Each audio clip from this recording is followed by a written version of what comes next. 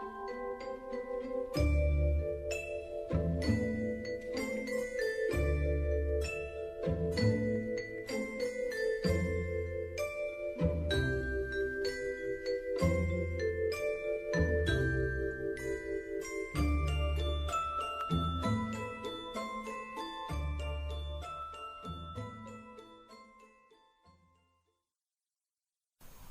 pessoal da internet, meu nome é Lázaro.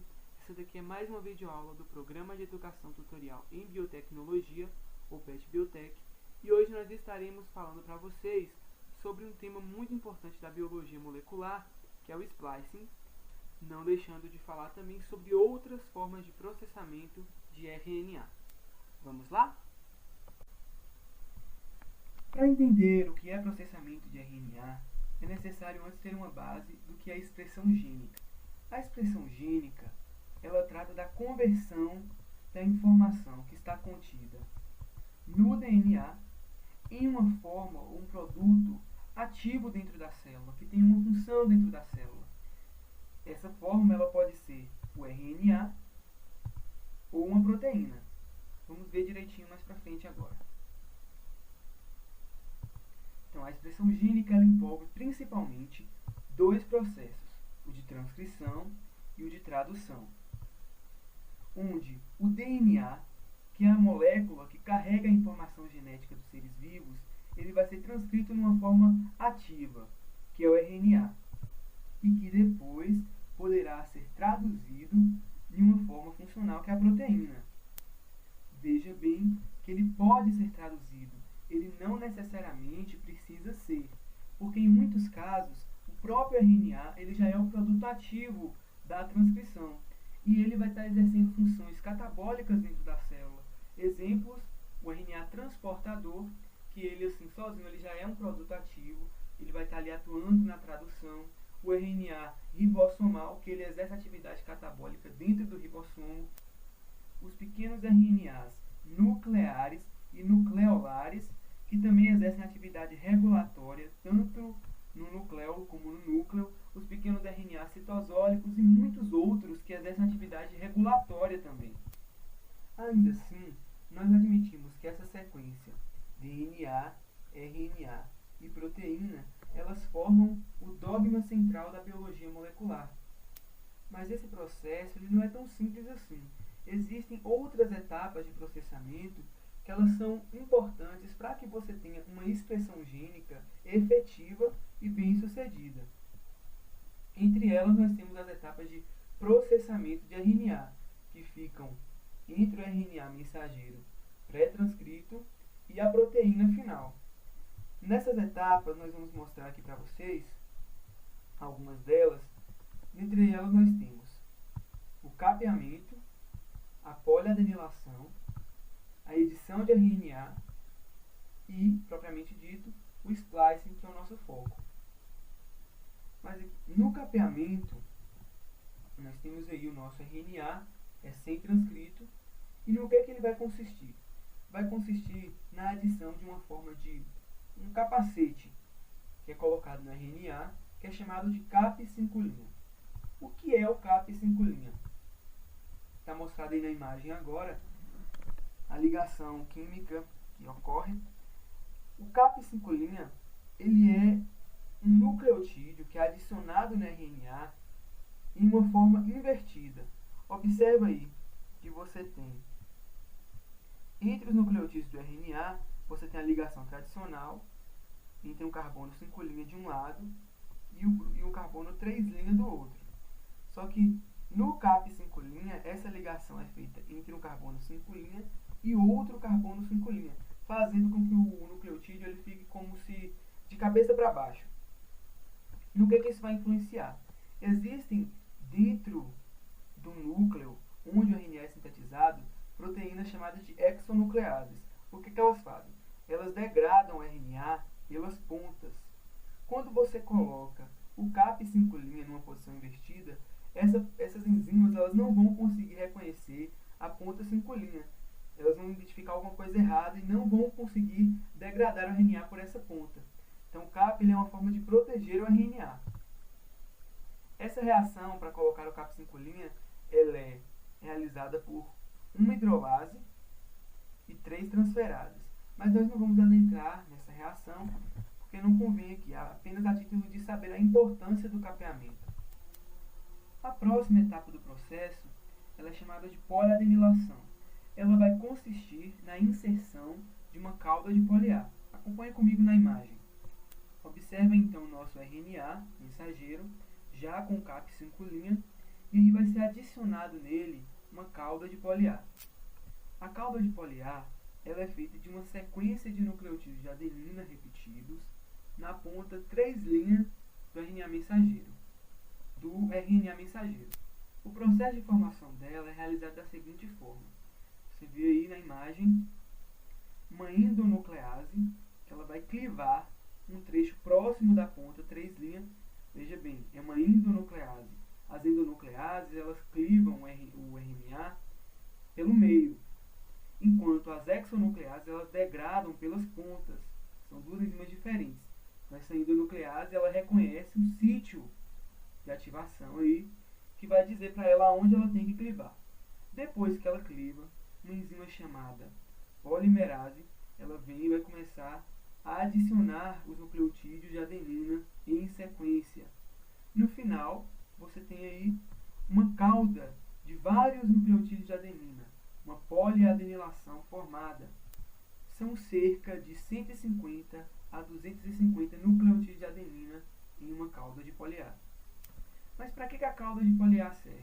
Ela vai proteger o RNA da degradação também por exonucleases, só que de uma forma diferente do CAP 5'. Ela vai ser degradada aos poucos à medida que o RNA ele percorre o seu percurso aí dentro da célula, e dessa forma ela acaba protegendo o que é realmente importante, ou seja, a informação genética que o RNA está transportando. A próxima etapa de processamento é chamada de edição de RNA. Observa aí o nosso RNA mensageiro, agora na imagem, já com CAP 5' e com a cauda de poliar. E vamos ampliar ele um pouco, para podermos observar a sequência que ele carrega. Nós destacamos aí algumas das bases. Essa é uma sequência esporádica, só um exemplo para vocês poderem enxergar. No que consiste a edição de RNA? Ela pode ser a troca de uma das bases, por exemplo, uma troca de uma guanina por uma adenina. Ela pode ser também a modificação de uma base. E nós podemos adicionar um grupamento extra, por exemplo, um grupo metil em uma base para que ela fique modificada. Nós podemos também deletar ou adicionar uma base nova na sequência de RNA. Então você fala, mas isso parece uma mutação? Não, isso não é uma mutação. Isso é apenas uma forma de você alterar um pouco a estrutura do RNA. Veja bem que acontece em um número pequeno de bases, com a finalidade de modificar a estrutura do RNA. Um bom exemplo é o caso do RNA transportador, que ele, depois de passar pela edição de RNA, onde você tem algumas das suas bases alteradas, observe aí uma base aqui em destaque, mostrando uma guanina que ela recebeu um grupamento metil. Em outros lugares também você encontra essas bases espalhadas. O RNA transportador, depois disso, ele vai assumir uma estrutura tridimensional, que vai auxiliar ele a exercer a sua função dentro da célula, que é o quê?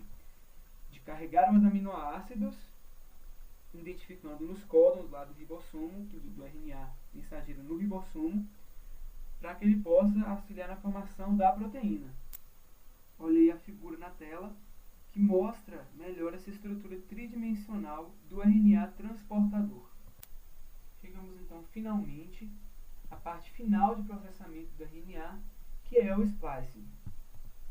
Para aprender como o splicing funciona, é preciso absorver alguns conceitos antes. O principal deles é o de gene interrompido, que é uma característica encontrada principalmente em eucariotos e eucariotos superiores, ou seja, aqueles organismos mais complexos, mais desenvolvidos. A teoria do gene interrompido, ela se desenvolveu quando os cientistas perceberam que em muitos casos o tamanho do gene era diferente do tamanho do RNA final do processo. Observem na imagem, nós temos aí o nosso gene primeiro, e nós temos o nosso RNA mensageiro final. Olha aí que existe uma diferença de tamanho entre os dois. Mas se o RNA é uma cópia do gene, ele deveria ser exatamente do mesmo tamanho. Então os cientistas perceberam que existiam regiões que apareciam no gene e que eram conservadas no pré-RNA mensageiro, mas que não apareciam no RNA mensageiro final. Eles chamaram essas regiões de introns. E daí que vem a teoria do gene interrompido. O gene seria interrompido por regiões que não aparecem no RNA mensageiro final. As demais regiões que aparecem no RNA final, elas foram denominadas exons. Mas ainda reside uma questão. Como é que os introns são removidos do pré-RNA mensageiro? Essa pergunta foi resolvida através de estudos que denominaram o processo de remoção dos introns de splicing. Então nós temos um novo modelo de gene com a disposição dos exons e dos introns, a formação de um pré-RNA mensageiro e o processo de splicing, onde no final você tem os introns que foram removidos e descartados e um RNA funcional que vai originar a proteína. Mas como é que esse processo acontece? Como é que o intron sai? Como é que os exons são religados? Então, para que isso aconteça, alguns fatores são necessários. O primeiro deles é um complexo proteico que seja capaz de cortar o RNA e religá-lo depois, que é chamado de spliceossomo. E para que o spliceossomo ele possa, digamos assim, saber onde ele tem que clivar, o que ele tem que fazer, ele necessita de sítios guia, que são denominados sítios de clivagem e sítios de ramificação. A próxima imagem na tela mostra o nosso modelinho de gene, onde nós temos em foco um intron.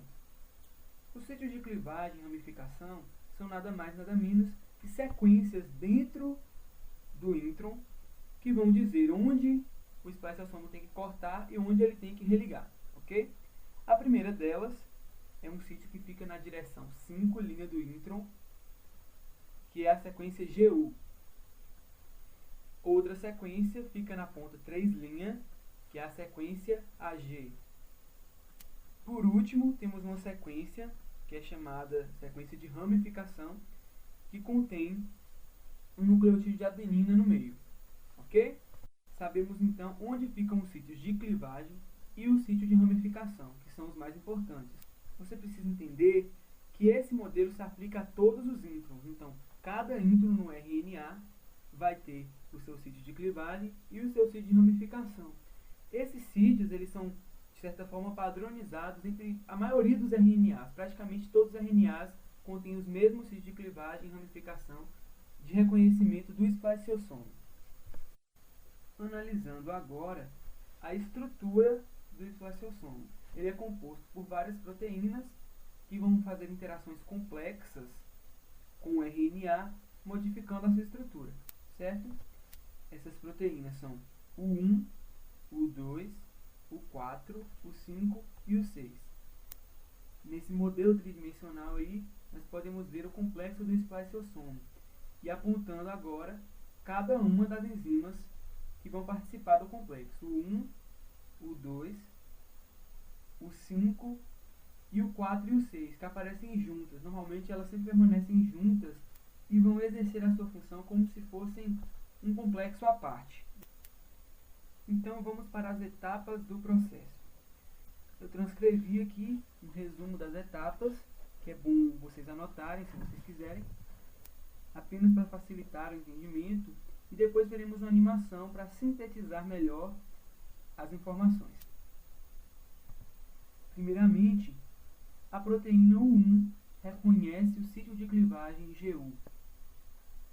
No segundo passo, a proteína U2 é recrutada, e então o RNA é torcido. Logo em seguida, o 4, o 5 e o 6 se acoplam ao processo, e o sítio GU é clivado, sendo religado no sítio de ramificação através do nucleotídeo de adenina. Por fim, os exons são religados e o intron é degradado. Então, gente, vamos agora para uma animação, né, para que vocês possam enxergar os detalhes da atuação do complexo do spliceossomo na remoção dos introns. Olha aí, pessoal, mostrando o RNA com a posição de introns e exons, o complexo do espaçossomo, mostrando agora a posição do intron, do exon, a posição do sítio GU, a posição do sítio de ramificação e a sequência que o abriga, distância entre AG, que é o sítio de clivagem, o exon 2 e por último a cauda de poli-A, em amarelinho ali. Chega então o 1, ela vai reconhecer o sítio de clivagem, o 2 se acopla, gerando uma mudança de conformação. Observe que envolve gasto de energia. Essa moléculazinha aí é um ATP. As demais componentes se acoplam formando o complexo do spliceossomo. Ocorre uma mudança de conformação de forma a possibilitar a clivagem de GU. Mais um gasto de ATP. E GU está sendo posicionado no sítio de ramificação. Mais um gasto de ATP para efetuar a clivagem do sítio AG, à medida que os exons são religados. O complexo se retira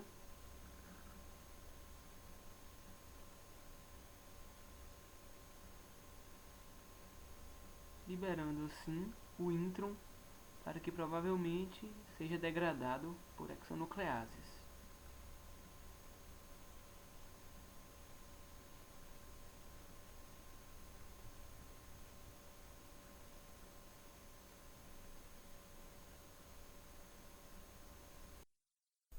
E pessoal, gostaram da animação? Então eu achei ela em um canal do YouTube chamado Virtual Cell, que possui muitas outras animações bem interessantes que podem facilitar muito o aprendizado de biologia molecular. E agora que vocês entenderam o que é o splicing, vamos partir então para o conceito de splicing alternativo. Bem, nós dissemos até agora que os introns eram removidos do processo. Mas segundo a proposta que o splicing alternativo traz, não precisa ser necessariamente assim. Às vezes os exons podem ser removidos também. Acompanhe na imagem. Você tem um modelo de RNA com 4 exons de cores diferentes. E os introns são representados pelos espaços entre eles, ok? Na primeira via que está sendo mostrada agora, você tem que apenas 3 exons foram conservados no RNA final. Então você teve um exon que foi removido. Se você for analisar, essa via ela mostra que o RNA final ele gerou uma proteína diferente do que se você tivesse retirado apenas os introns. Então a retirada do exon ela também tem a função de gerar uma proteína diferenciada. Aí você tem uma outra via aqui mostrando agora, onde foi o nucleotídeo amarelo que foi tirado e foi o nucleotídeo verde a ser preservado, gerando uma outra forma de proteína que é completamente diferente da primeira. Isso nos leva a dois conceitos importantes. O primeiro é que nem sempre os introns precisam ser removidos, e o segundo, que nem sempre os exons precisam ser preservados. Você pode ter alterações na forma de se realizar o splicing, permitindo que introns eles permaneçam na estrutura final do RNA e que exons sejam retirados. Então, não é uma via de regra que os introns são as regiões não codificantes do RNA, ok? Dessa forma, pessoal, eu posso ter um único gene originando diferentes proteínas. Se eu consigo produzir a partir de um único gene um conjunto variado de proteínas, como é mostrado no esquema, eu posso inferir também outras informações. Uma delas é de que o splicing alternativo ele está intimamente relacionado com o aumento da complexidade do genoma e que quanto mais interrompido por introns o genoma é, mais complexo ele se torna, porque eu vou estar aumentando a variabilidade, a variedade de tipos de proteína que eu posso formar. Essa é uma informação muito importante que eu espero que vocês gravem realmente.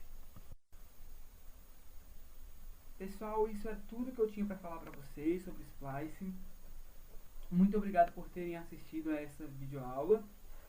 Não se esqueçam de se inscrever no nosso canal e acessar a nossa página na internet. Continue aí na busca pelo conhecimento e olhe aí as referências para vocês, ok? Até mais.